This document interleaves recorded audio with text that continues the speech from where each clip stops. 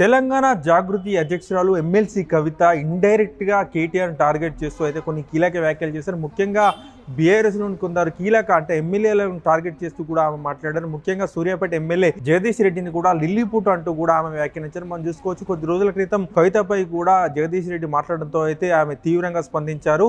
జగదీష్ రెడ్డి నల్గొండ జిల్లాకు చెందిన వ్యక్తి అని, లిల్లీపుట్ నాయకుడు ఉన్నారని చెప్పేసి కూడా జగదీష్ రెడ్డి పేరును ప్రస్తావించకుండా అయితే కవిత మాట్లాడారు. నల్గొండలో అన్ని కాంగ్రెస్ గెలిచినప్పటికీ కూడా సూర్యాపేటలో పటేల్ రామేశ్వర రెడ్డి, దామోదర్ రెడ్డి కాంగ్రెస్ నేతల మధ్య విభేదాలు ఉన్న నేపథ్యంలో అక్కడ జగదీష్ రెడ్డి గెలిచాడు కానీ లేకపోతే జగదీష్ రెడ్డి ఓడిపోయేవాడని చెప్పేసి కూడా కవిత ఇండైరెక్ట్ గా చెప్పారు. అలాగే మాజీ మంత్రి మహేశ్వరం ఎమ్మెల్యే సవితా ఇందర్ రెడ్డి కొడుకు కార్తిక్ రెడ్డిపై కూడా కవిత మండిపడ్డారు. ఎందుకంటే ఒక పిల్ల బచ్చా అని చెప్పేసి కూడా కార్తిక్ రెడ్డిని ఉద్దేశించి కూడా కవిత మాట్లాడారు. అంతేకాకుండా చూసుకోవచ్చు, కొద్ది రోజుల క్రితం తీర్మానం వలన కవితపై కొన్ని వ్యాఖ్యలు చేశారు.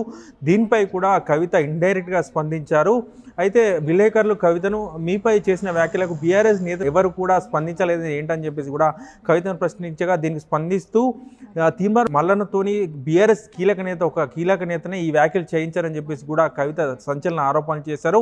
ఆ కీలక నేత ఎవరో తనకు తెలుసు, అందుకు సంబంధించిన ఆధారాలు కూడా తమ వద్ద ఉన్నాయని చెప్పేసి కూడా ఇండైరెక్ట్ గా కేటీఆర్ టార్గెట్ చేస్తూ కూడా కవిత మాట్లాడినట్లు మనకు ప్రెస్ మీట్ లో అయితే స్పష్టమవుతుంది. మొత్తానికైతే కవిత బీఆర్ఎస్ పార్టీ నుంచి బయటకు వచ్చి కొత్త పార్టీ పెట్టే దిశగా అయితే ఆమె ముందుకు అడుగులు వేస్తున్నట్లయితే మనకు దీన్ని బట్టి స్పష్టమవుతుంది. మనం చూసుకోవచ్చు, కొద్ది రోజుల క్రితం కవితను కేజీపీ అంటే తెలంగాణ బొగ్గుగాని కార్మిక అధ్యక్షురాలిగా కవితను తప్పించిన సంగతి తెలిసిందే. కేటీఆర్ కవితను తప్పించి ఇన్ఛార్జిగా కొప్పుల ఈశ్వర్ను కూడా నియమించారు. ఈ నేపథ్యంలోనే బీఆర్ఎస్ కు కవితకు మధ్య గ్యాప్ పెరిగింది. ఈరోజు ప్రెస్ మీట్తో దాదాపు మనకు కవిత కొత్త పార్టీ పడుతుందని మనం నిర్ణయించుకోవచ్చు. ఎందుకంటే బీఆర్ఎస్ నేతలైన టార్గెట్గా అయితే కవిత చాలా సంచలన ఆరోపణలు అయితే చేశారు. ఏం జరుగుతుందో కూడా నాకు సమాచారం వస్తూనే ఉంటుంది. సో మీరు ఏ టైంలో ఎవరిని కలిశారు, నా మీద వ్యాఖ్యలు చేయడానికి మీరు ఎవరిని ప్రోత్సహించారు, మీరు ఎంత కింద స్థాయికి దిగజారి ఒక ఆడబిడ్డ మీద అటువంటి వ్యాఖ్యలు చేయించారు, ఇవన్నీ కూడా నేను చూస్తున్నా, గమనిస్తున్నా. నేను బలంగా కర్మ సిద్ధాంతాన్ని నమ్ముతున్నా. నేను మళ్ళీ చెప్తున్నా, ఇవాళ మీరు నన్ను ఒంటరి చేసి ఏదో చేయాలని అనుకోవచ్చు, నా మీద ఇటువంటి వ్యాఖ్యలు చేపించి శునకానందం పొందొచ్చు టెంపరీగా, కానీ దేవుడు అనేవాడు ఉన్నాడు. ఖచ్చితంగా అది మీకు తిరిగి కొట్టే సమయం వస్తుంది. ఒకటి.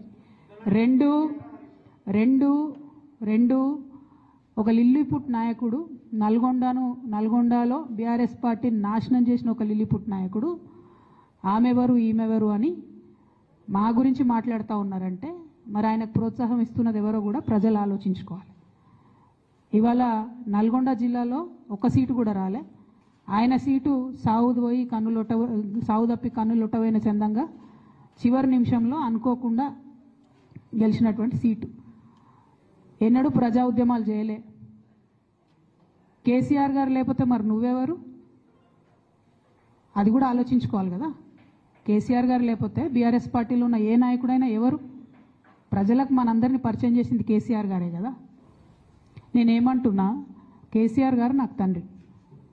వారికి నేను అంతరంగికంగా రాసినటువంటి ఉత్తరాన్ని బయటపెట్టి మొత్తం పార్టీలో జరుగుతున్న అంశాలన్నీ బహిర్గతం చేసింది ఎవరు? ఇయాల ఆ అంశాలన్నీ బహిర్గతం చేసి నన్ను మాట్లాడడానికి ఫోర్స్ చేసి ఇప్పుడు మళ్ళీ దాని చుట్టూ ఇట్లాంటి డ్రామాలు ఆడుతున్నటువంటి వాళ్ళు ఎవరు?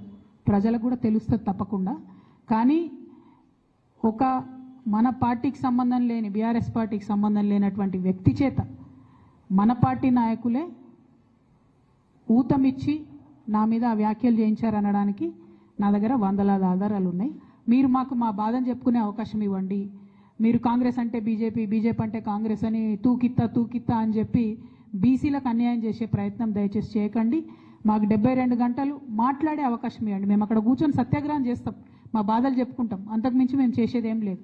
దానివల్ల కేంద్ర ప్రభుత్వంలో కదలిక వస్తే శాశ్వతంగా మన ముందు తరాల బీసీ బిడ్డలకు అందరికి కూడా లాభం జరుగుతుంది.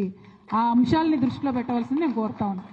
అట్లా ప్రభుత్వం పర్మిషన్ ఇవ్వకపోతే నన్ను ఎక్కడ ఉంచితే అక్కడ, అవసరమైతే ఇక్కడనే కూర్చొనైనా దీక్ష కంటిన్యూ చేస్తా, అందులో అనుమానం లేదు. ఎందుకంటే 72 గంటలు 112 కులాల వాయిస్ వినిపించాలనేటటువంటిది ప్రధానమైనటువంటి ఎజెండా కాబట్టి ఖచ్చితంగా ఆ వాయిస్ వినిపించడానికి ఎక్కడ అవకాశం దొరికితే అక్కడ నేను వినిపించడం జరుగుతుంది.